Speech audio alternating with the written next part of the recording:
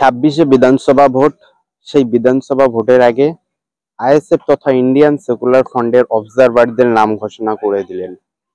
81টা বিধানসভায় আইএসএফ এর অবজারভারদের নাম ঘোষণা করে দিলেন ফুরফুরা শরীফ আইএসএফ এর কেন্দ্র অফিস থেকে। আমরা কথা বলে নেব অশোকনগর বিধানসভার অবজারভার তাপস ব্যানার্জি।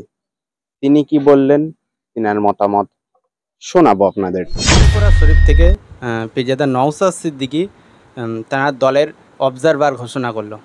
আপনি অশোকনগরের অবজারভার হিসেবে আর কি ঘোষণা করলেন, কি বলবেন এই বিষয়ে?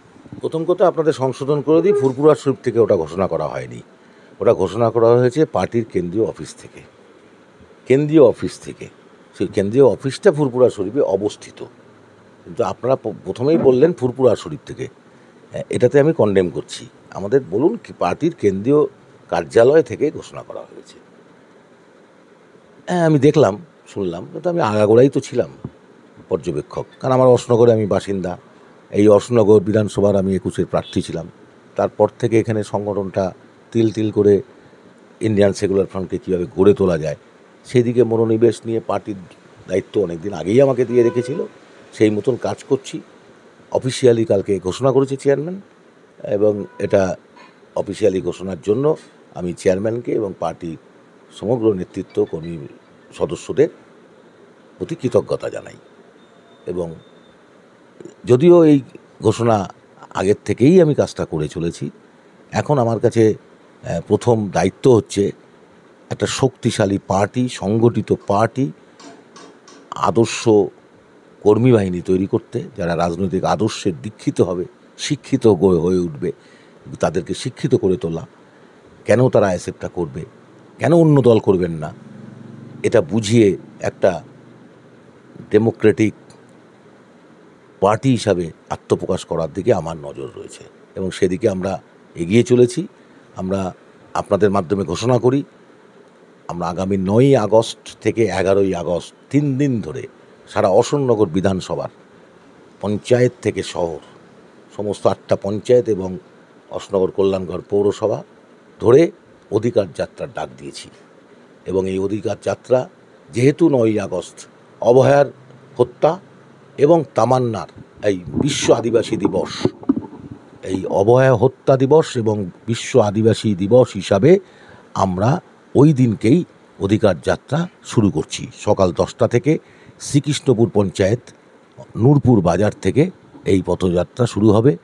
আমি নিজে তার নেতৃত্ব দিচ্ছি, আমার সাথে আমার 100 কর্মীরা থাকবে আমার সাথে। 3 দিন ধরে বিভিন্ন পথ আমরা পরিক্রমা করব, জাঠা পায়ে হেঁটে এই কর্মসূচি করব, এবং আশা করি এই কর্মসূচিতে আমাদের অশোকনগর বিধানসভার সমস্ত কর্মী সদস্যরা সামিল হবে আমার এই অধিকার যাত্রায়। এবং সেই অধিকার যাত্রাটাকে সাকসেস করবার জন্য আমার এখন প্রথম কাজ। তারপরেই আমরা আমাদের পার্টির গঠনতন্ত্র অনুযায়ী সম্মেলনের দিকে আমরা যাচ্ছি।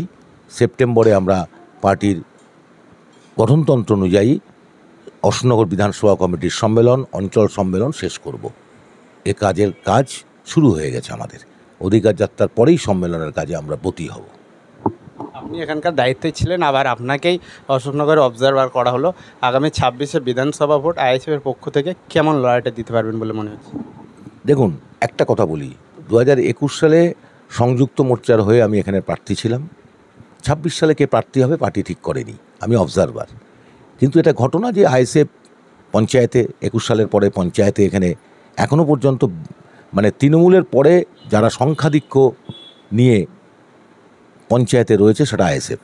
18টা সিট আমরা জিতে আছি প্রত্যেকটা পঞ্চায়েতে, একটা পঞ্চায়েত বাদ দিয়ে প্রত্যেকটা পঞ্চায়েতে আমাদের কিন্তু সদস্য জিতে আছে। অত কিছু কেড়ে নেওয়ার পরেও আমরা অদম্য জেদ এবং আমাদের কর্মী বাহিনীদের আমার সাথে নিয়ে লড়াই করা মধ্যে দিয়ে 18টা পঞ্চায়েত মেম্বার আমাদের আছে, যারা কেউ এখনও পর্যন্ত কোথাও বিক্রি হয়নি। এটা হচ্ছে আমাদের কাছে গর্ব, আমরা গর্ব করছি। এবং সেই কারণে এবং লোকসভাতে এখানে তৃণমূল বিজেপি বিরোধী শক্তি পরেই কিন্তু আইএসএফের শক্তি আত্মপ্রকাশ করেছে। স্বাভাবিক কারণেই 26-এর বিধানসভায় ইন্ডিয়ান সেকুলার ফ্রন্ট এখান থেকে লড়াই করবে। এটা তো একদম জোট সঙ্গীদেরও মেনে নিতে হবে। কারণ আমরা তৃতীয় শক্তি হিসাবে অষ্টনগর বিধানসভায় উঠে এসেছি। স্বাভাবিক কারণে এখানে লড়াই হবে এবং সেই লড়াইয়ে যদি 2 নম্বরই না হয়, যদি কারচুপি না হয়, আমরা নির্বাচন কমিশনকে সুষ্ঠু নির্বাচনের দাবি করছি এবং অত্যাধুনিক যে বৈজ্ঞানিক প্রযুক্তিকে কাজে লাগিয়ে নির্বাচন করা হোক, তাহলে আমরা আমাদের জয় অষ্টনগর বিধানসভায় সুনিশ্চিত। 2021 সালে যখন দল গঠন হয়েছিল সেই সময় আপনি এখানে প্রার্থী হয়েছিলেন। এবারে 2026 সালে এখানে বিধানসভা নির্বাচন খুব নিকটই এবং এমত অবস্থায় খুব অ্যাডভান্স অগ্রিম অবজারভার নিয়োগ করা হলো, যেখানে শাসক দল এখন অবজারভার নিয়োগ করে। কি বলবেন এই বিষয়ে? না, শাসক দল কী করেছে জানি না, আমাদের আলোয় আমি কাউকে আলোকিত হতে দিতে চাই না। আইএসএফের পথ চলে, কে কোন দল কাকে অবজারভার করলো কি করলো না ও দেখাটা আমাদের দায়িত্ব নয়। আমি বিশ্বাস করি আগে নিজেকে পাল্টাও, তারপর দুনিয়া পাল্টাও, এটা বিশ্বাস করি। তো আমার দল আগে ঠিক হোক, তারপরে কোন দল কী করছে পরের কথা। সবসময় মনে রাখবেন যে আইএসএফ বা এবং আমি ব্যক্তিগতভাবে মনে করি শত্রুপক্ষকে কখনো মানে একদম সোজা বা দুর্বল ভাবার কোনো কারণ নেই। তারা সমস্ত কিছু নিয়ে তারা ঝাঁপিয়ে পড়ে। সুতরাং শাসক দল হচ্ছে আমাদের রাজনৈতিক শত্রু, শ্রেণী শত্রু নয়, রাজনৈতিক শত্রু। এবং সেই রাজনৈতিক শত্রু তার হাতে পুরো সমস্ত প্রশাসনিক স্তর, পুলিশ প্রশাসন সব কিছু রয়েছে তাদের কাছে। তার মধ্যে দিয়ে নিজেদের দলকে সুসংগঠিতভাবে একটা সন্ত্রাসবাদী কার্যকলাপের বিরুদ্ধে, নির্বাচনে যে সন্ত্রাস কায়েম করে তার বিরুদ্ধে একটা সংগঠিত দল হিসাবে আত্মপ্রকাশ করার দিকেই দল এগিয়ে চলেছে। সেদিকে কাজ আমরা করে চলেছি। এবং 2021 সালে তো আপনারা নতুন দল করেছিলেন, তখন সেইভাবে পরিকাঠামো ভালো ছিল না। নতুন দল লড়াই কেমন দেবে মানুষের আস্থা সেরকম ছিল না। 26 সালে পরিণত হয়েছে, দল অনেক বিস্তৃত হয়েছে। এমতো অবস্থায় অনেক আগেই অবজারভার, তাহলে কি ভোটের নিরিখে দেখলে সামনের বিধানসভা ভোটকে সামনে রেখেই কি এই অবজারভার নিয়োগ? না, এটা একটা প্রক্রিয়ার মধ্যে দিয়ে চলে, ব্যাপারটা বুঝুন। প্রত্যেক বছর অন্তর অন্তর অবজারভার এবং তার কাজের নিরিখে আমি তো অবজারভার ছিলামই এখানে। এবং এখন যেহেতু পশ্চিমবঙ্গের আমাদের যেখানে যেখানে সংগঠন শ্রীবৃদ্ধি ঘটছে, পার্টি সেখানে নতুন অবজারভার ঠিক করছে। স্বাভাবিক কারণে এই পুরনো অবজারভাররাও যদি সেখানে স্থলাভিষিক্ত করা হয় সেটা ঘোষণাটা করবে, সেই জন্য পার্টি ঘোষণা করেছে। আমি তো এখানকার অবজারভার ছিলামই। পঞ্চায়েত নির্বাচনেও আমার দায়িত্বে এখানে লড়াই হয়েছে, লোকসভা নির্বাচনটাও আমার দায়িত্বে লড়াই হয়েছে, আর আমি নিজেই ক্যান্ডিডেট ছিলাম, আপনারা জানেন। স্বাভাবিক কারণেই এটা তো আমার কী বলবো, ওই কথায় বলে না খাস তালুক, আমার খাস তালুক।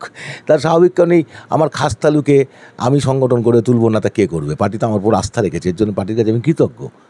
আপনার নাম ও পরিচয়? আমি তাপস ব্যানার্জি, ইন্ডিয়ান সেকুলার ফ্রন্টের এই মুহূর্তে অষ্টনগর বিধানসভা কমিটির পর্যবেক্ষক, রাজ্য।